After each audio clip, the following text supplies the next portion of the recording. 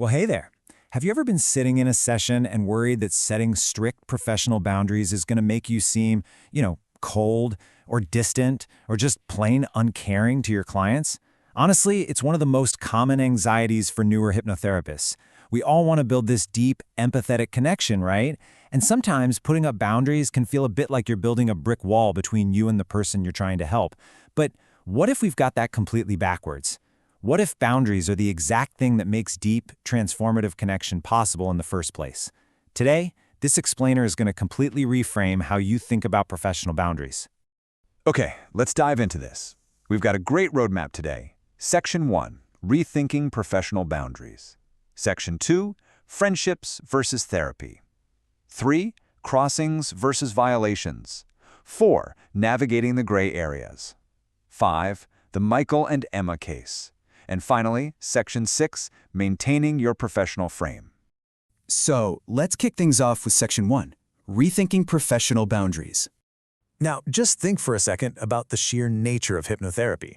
Our clients are coming in and sharing experiences they might have literally never spoken aloud before. We're talking childhood memories, trauma, some incredibly deep fears. And sharing all that requires immense vulnerability. But here's the paradigm shift. It is actually the professional framework, the very boundaries we sometimes fear are too rigid, that makes this openness possible. There's this huge myth out there that boundaries make therapists appear cold or distant. But the reality?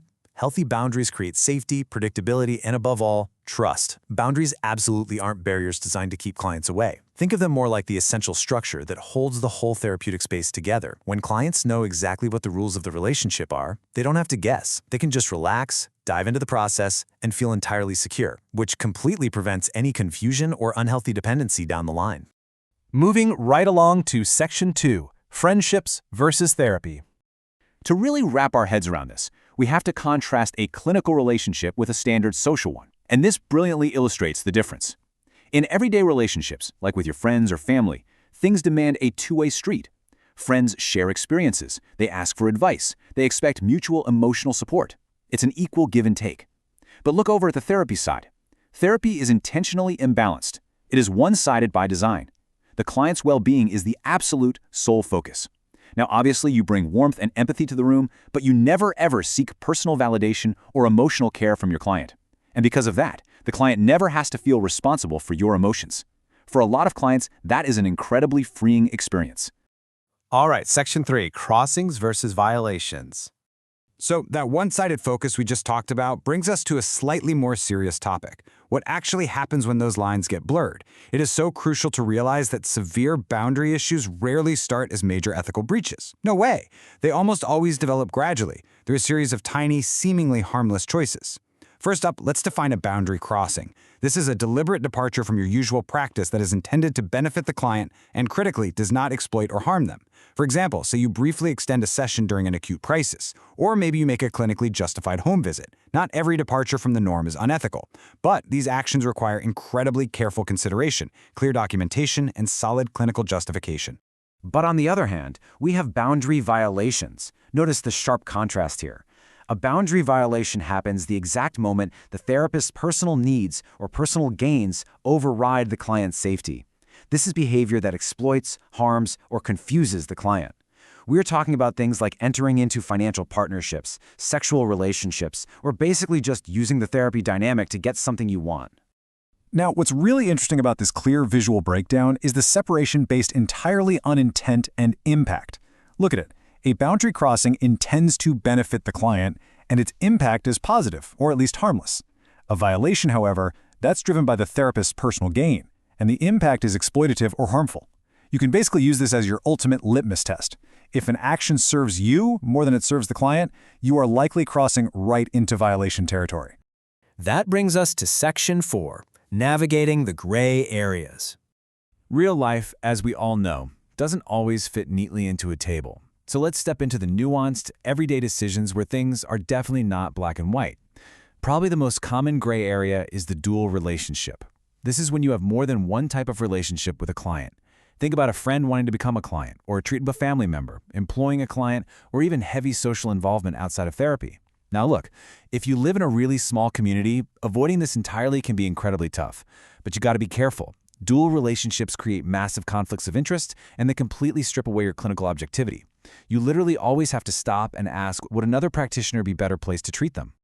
Another classic gray area is self-disclosure. Clients are gonna ask about you. It's human nature. But before you answer, you absolutely must ask yourself this. Is this information likely to benefit my client, or does it simply satisfy my own need to share? Any self-disclosure you make has to be intentional, brief, and entirely focused on the client. Actually, scratch that. If it's just to make you feel good or understood, keep it to yourself. Oh, and what about gifts? Clients often want to show their gratitude, right? And a small, inexpensive token might be totally fine. But before accepting anything, just quickly run through these questions in your head. What's the monetary value? Why exactly is it being offered? Will taking it complicate the relationship? Could saying no unintentionally hurt the client's feelings or harm their progress? And importantly, how would your colleagues view this?